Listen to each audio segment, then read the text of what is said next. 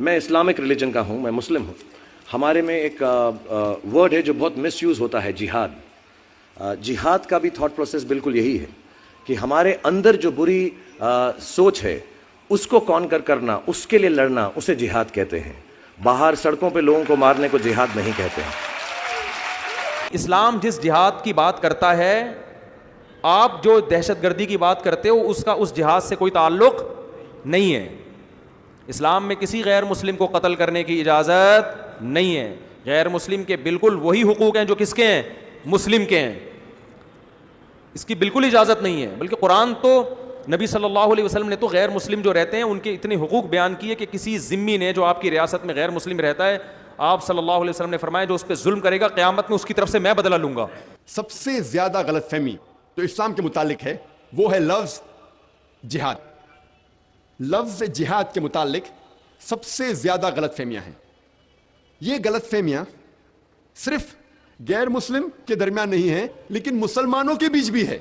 غیر مسلم اور کئی مسلمان یہ سمجھتے ہیں کہ کوئی بھی جنگ اگر کوئی بھی مسلمان لڑ رہا ہے، چاہے وہ ذاتی فائدے کے لیے ہو، چاہے اپنے نام کے لیے ہو، چاہے مال کے لیے ہو، چاہے طاقت کے لیے ہو، اگر کوئی بھی جنگ کوئی بھی مسلمان لڑ رہا ہے اسے کہتے ہیں جہاد. یہ بہت بڑی غلط فہمی ہے. کوئی بھی مسلمان کوئی بھی جنگ لڑ رہا ہے، چاہے وہ ذاتی فائدے کے لیے ہو، چاہے مال کے لیے ہو، نام کے لیے ہو یا طاقت کے لیے ہو، اسے جہاد نہیں کہتے. جہاد آتا ہے عربی لفظ جہدا سے، جس کے معنی ہے to strive, to struggle. Urdu میں ہم کہیں گے جد و جہد. جہاد کے معنی ہے جد و جہد. اور اسلام کے پس منظر میں اگر کوئی شخص اپنے نفس کے ساتھ جد و جہد کر رہا ہے صحیح راستے پہ آنے کے لیے، اسے کہتے ہیں جہاد. اگر کوئی انسان جد و جہد کر رہا ہے معاشرے کو سدھارنے کے لیے، اسے کہتے ہیں جہاد. اگر کوئی شخص جنگ کے میدان میں اپنے آپ کو بچانے کے لیے جد و جہد کر رہا ہے، اسے کہتے ہیں جہاد. اگر کوئی شخص ظلم کے خلاف لڑتا ہے، جد و جہد کرتا ہے، اسے کہتے ہیں جہاد. جہاد کی معنی ہے جد و جہد، صرف جد و جہد. مثال کے طور پہ اگر کوئی طالب علم، اگر کوئی اسٹوڈنٹ اپنے امتحان کو پاس کرنے کے لیے جد و جہد کر رہا ہے، اسے عربی میں کہیں گے کہ وہ جہاد کر رہا ہے. جہاد کے معنی ہے جد و جہد. اور لوگوں کو غلط فہمی ہے، غیر مسلمان کو بھی اور مسلمانوں میں بھی، کئی مسلمانوں کو، کہ جہاد صرف مسلمان ہی کر سکتے ہیں.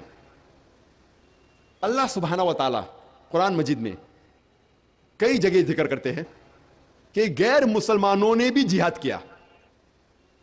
اللہ تعالیٰ فرماتے ہیں سورہ لقمان میں، سورہ نمبر 31 آیت نمبر 14، اللہ تعالیٰ فرماتے اے انسانوں، ہم نے تم پہ فرض کیا ہے کہ آپ اپنے والدین کی خدمت کرو، اور آپ کی والدہ نے آپ کو تکلیف کے ساتھ پیٹ میں رکھا اور تکلیف کے ساتھ جنم دیا اور دودھ پلایا.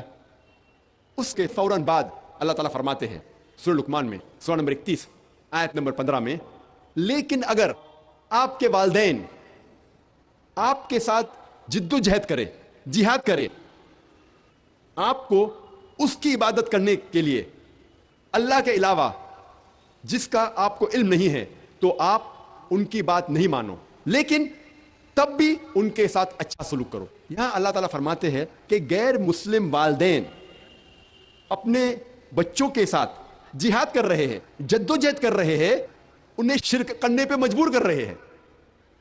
یہاں اللہ تعالیٰ فرماتے ہیں کہ غیر مسلمان والدین جہاد کر رہے ہیں اپنے بچوں کو اس کی عبادت کرنے کے لیے اللہ کے علاوہ جس کا اسے علم نہیں ہے.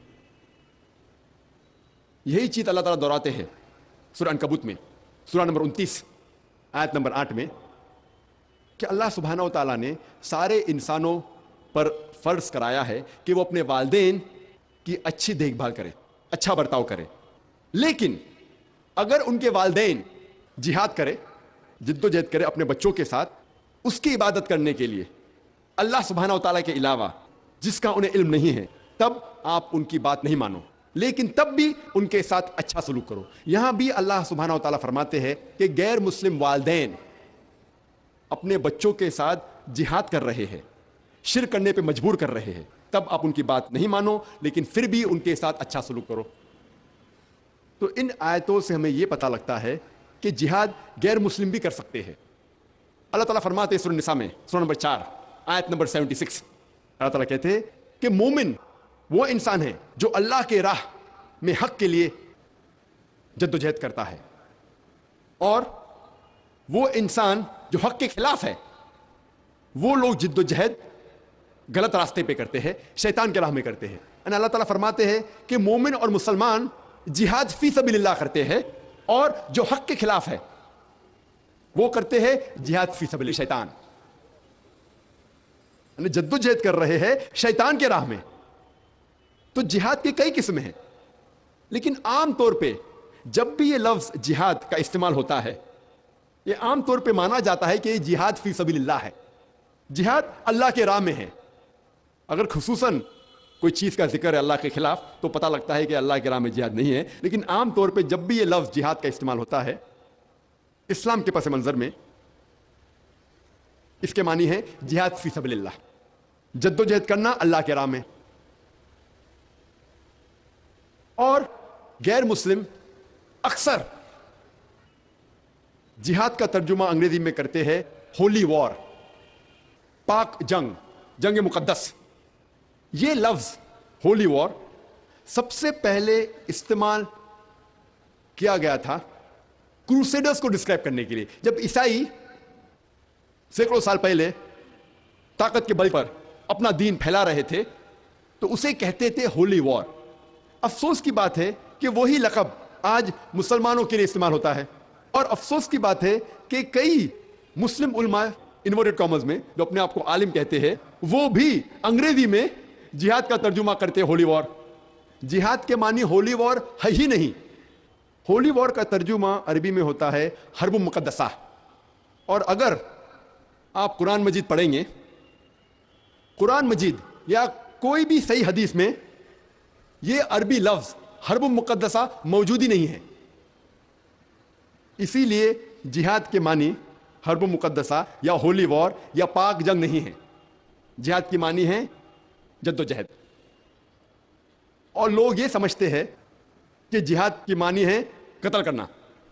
قتل کرنا کی معنی ہے قتال, اور ایک ٹائپ کا جہاد قتال بھی ہے, لیکن سب سے بہترین جہاد ہے اپنے غلط نفس کے ساتھ جہاد کرنا اللہ کے راہ میں, وہ سب سے بڑا جہاد ہے. اور ایک ٹائپ کا جہاد, وہ جہاد ہے قتال. اور جب آپ قتال کر رہے ہیں حق کی راہ میں تبھی کہہ سکتے ہیں وہ قتال فی سبیل اللہ ہے. اور جب ہم قرآن مجید پڑھتے ہیں اور حدیث پڑھتے ہیں تب ہمیں جہاد کی صحیح معنی معلوم پڑتی ہے.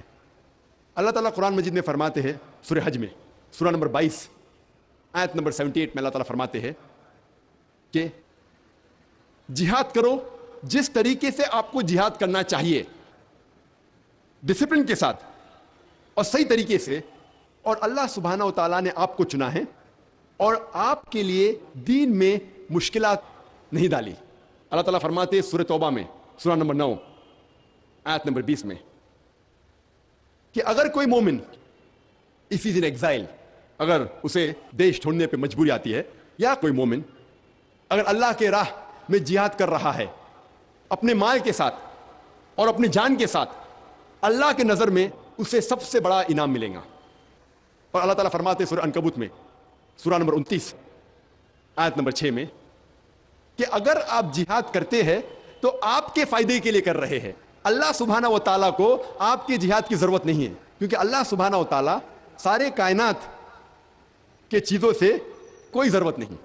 اگر آپ جہاد کر رہے ہیں تو آپ کے فائدے کے لیے. اللہ سبحانہ و تعالیٰ کو آپ کی جہاد کی ضرورت نہیں, کیونکہ اللہ سبحانہ و تعالیٰ سارے کائنات کے خالق ہے اور انہیں کوئی بھی چیز کی ضرورت نہیں.